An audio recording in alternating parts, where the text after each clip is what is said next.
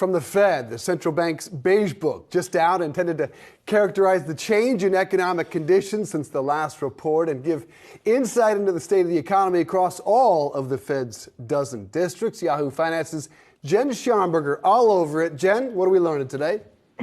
Good afternoon, Dave. Credit conditions tightened as banks tightened lending standards in the month following Silicon Valley Bank's collapse, according to anecdotal evidence across the Federal Reserve's 12 bank districts, that so-called Beige Book, though none of this at this point hurting economic growth. Several districts reporting that banks tightened lending standards because of uncertainty and concerns about liquidity from the period of March 9th through April 10th, which is right when SVB failed.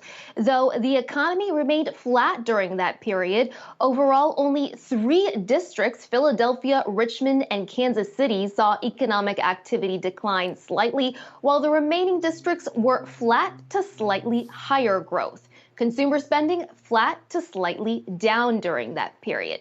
Now, on the job front, seeing a bit of moderation there. Several districts reported a slower pace of growth than seen in recent months, with contacts reporting that the job market is less tight as labor supply has increased. Also, companies were better able to retain employees. Wages moderated, but still remain elevated. On inflation, overall, prices rose moderately, but the rate of price increases appears to be slowing. Consumer prices increased on account of still elevated demand, as well as higher inventory and labor costs. On the producer side, there were declines in the prices of non-labor inputs and significantly lower freight costs in recent weeks, but producer prices for finished goods rose modestly, though at a slightly slower pace. So guys, all in, while credit has tightened, it's not hurting the economy right now. Job growth has moderated, but inflation still remains a problem.